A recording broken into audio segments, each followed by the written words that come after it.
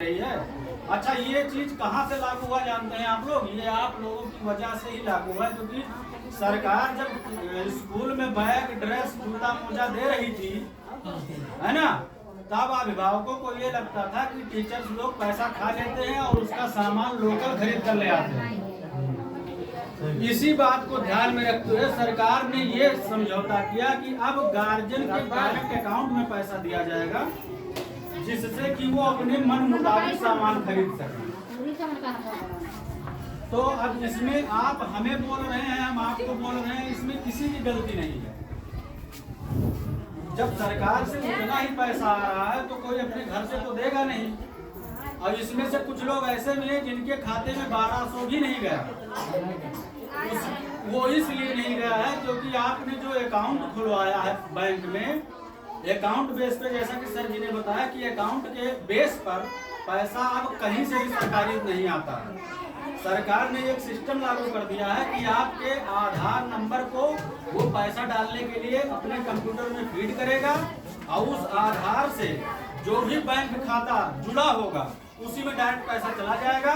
अगर नहीं जुड़ा होगा तो वो पैसा आपको नहीं मिलेगा। उसको पढ़े लिखे भाषा में कहा जाता है NPCI। और जब हम लोग उसको खोलते हैं तो उसमें बताता है कि जिसका खाता जुड़ा हुआ है उसको कहते हैं सीडेड हो गया, और जिसका खाता आधार से नहीं जुड़ा है वो हो गया नॉन सीडेड। अब इसमें से कुछ लोग ये कह रहे हैं कि हम आधार से जाते हैं तो पैसा निकल जाता है, लेकिन आता क्यों नहीं? पैसा निकलने वाली बात दूसरी है और खाते को आधार से सीड करने वाली बात दूसरी है। आप पैसा तो निकाल लेंगे आधार से, लेकिन आपके खाते में आधार से पैसा आएगा नहीं। तो इसलिए आप लोगों से रिक्वेस्ट है कि इस सत्र में जो भी हुआ उसको इग्नोर कीजिए। अगली बार फिर आपके खाते में पैसा आना है, और यही नहीं कि सिर्फ स्कूल से आएगा, आप सरकारी धन कहीं से भी आ सकता है। तो इसके लिए आप एक एप्लीकेशन लिखिए, उसमें बैंक पासबुक की फोटोकॉपी लगाइए और आधार की फोटोकॉपी लगाइए, और आप बैंक जाइए और बैंक वाले को बता दीजिए कि सर मेरा इसमें बाहर से पैसा आना है, बाहर कंपनी से जारी पैसा आना है, इसका NPCI कर दीजिए। वो जब कर देंगे उसके बाद आपके खाते में पैसा आएगा। और दूसरी बात, अभी जैसे ये भैया बैठे थे बता रहे थे कि सरकारी विद्यालय में मैं देखता हूँ टीचर नहीं आते हैं, पढ़ाई नहीं होती है। इन्होंने जमीनी स्तर से सरकारी विद्यालय को देखा ही नहीं, क्योंकि अपने जमाने में इन्होंने देखा था। तब क्या होता था? तब ये होता था कि मास्टर साहब आए हैं, सिर्फ 2 रजिस्टर है, एक में अटेंडेंस भर देना, एक में मास्टर साहब को साइन कर देना, बस इतना ही, और कुछ नहीं करना। लेकिन आज मोबाइल से मतलब कोई भी ऐसा काम नहीं है जो बिना मोबाइल के हो। अब ये मान के चलिए 1 अप्रैल से ये जो लड़कों का अटेंडेंस हम लोग रजिस्टर में ले रहे थे, वो अटेंडेंस भी अब ऑनलाइन लेना है।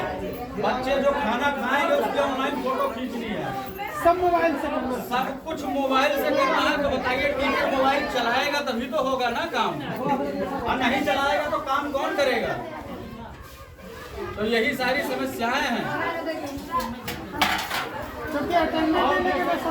आप सबसे अहम बात जानते हैं क्या है? सबसे अहम बात यह है कि आप अगर 200 रुपए महीने प्राइवेट स्कूल में देते हैं तो वहाँ अपने बच्चे का पूरी तरीके से ध्यान रखते हैं कि मेरा बच्चा आज नहीं गया, कल क्यों नहीं गया, उसके पास कॉपी है, किताब है कि नहीं, सारी समस्याओं से आप अवगत होते हैं। लेकिन सरकारी में जो बच्चा आता है उसके माता पिता ये नहीं ध्यान देते हैं कि मेरा बच्चा पढ़ने क्यों नहीं जाता है, वो उसके पास कॉपी है कि नहीं, कलम है कि नहीं। मैं खुद पढ़ाता हूँ, इस बात को आप एक्सेप्ट नहीं करेंगे। एक बच्चे को जब काम दे दिया जाता है तो वो बोलता है सर जी रुक जाओ, हमार बड़की बहनिया प्रिंसिपिया लिया ही वैसे मान का लाई सब लिखी। अब बताइए किस टाइप की समस्याएं हैं, और ये समस्याएं प्राइवेट में आप लोग नहीं करते हैं। प्राइवेट में तो फीस मांगी नहीं, लड़का पढ़ाई नहीं, एक काफी मांगी होगा, दूसरी हम सब एक काफी मांगी तो पढ़ाई नहीं पाओगे। और उसके बाद प्राइवेट वाले मास्टर को आप पैसा देते हैं, उससे रोज मिलते हैं कि लड़का ही ना जान पाई। और यह साल भर के चक्कर बुलावा गए तो हम 10 जने पूछ गए आकर बुलाए पैसा मिलेगा। बताओ कहा लड़का ना हो, लड़का करती साल भर में जाए स्कूल चलाओ तो कौन बुराई है? कम से कम आप ये आके पूछिए ना कि मेरा बच्चा कक्षा 4 में पढ़ रहा है, उसको कुछ नहीं आ रहा, मास्टर साहब आप सही से पढ़ाओ। कम से कम ये हम लोगों को सुनने में आए, लेकिन आज तक